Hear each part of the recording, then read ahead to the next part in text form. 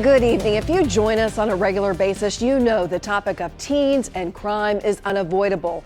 Just last year, 9,200 kids ended up in the city's juvenile justice system. There's not only one answer to this growing problem, but News Channel 5's Matthew Torres shows us how a mid-state professor hopes to shed light on what the school system can do differently. Your story that we're reading. It's a lofty goal to address an issue that tends to be in the gray area, but in-depth research by education professor Richard Milner hopes to show it's more black and white. Really hope we can decrease the number of young people who are funneled into the prison pipeline. Through his new initiative for race research and justice at Vanderbilt University, Milner's small team is working to close the achievement gap. How do we understand their educational experiences in ways that can help us better meet the needs of people who are often punished in the place of discipline?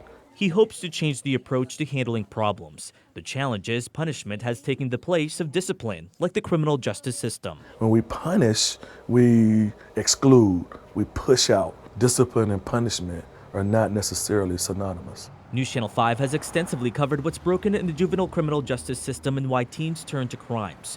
Milner believes one way to make a change can start in school. How do we expect our young people to get the kind of learning opportunities they deserve when we're pushing them out of the classroom at such alarming rates? Who is the... Specifically, he says young black and brown students miss valuable classroom time at an alarming rate. They overwhelmingly tend to be sent to the office for what's called a subjective infraction. Is an infraction like you're too loud or you're being disrespectful, right? That's subjective. That's based on my own sort of subjectivity. Meantime, his research finds white students get in trouble more for objective infractions. There's an infraction where I look at my digital clock. You were supposed to be at 11 o'clock. It's 11:05. Milner says educators may not be aware how biases can manifest into patterns. As he researches the link between education, race, and justice, he hopes it can help create practices that would benefit all students.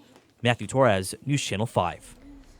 And Milner received a $5 million grant to forge pathways to STEM careers for people who are or were in prison.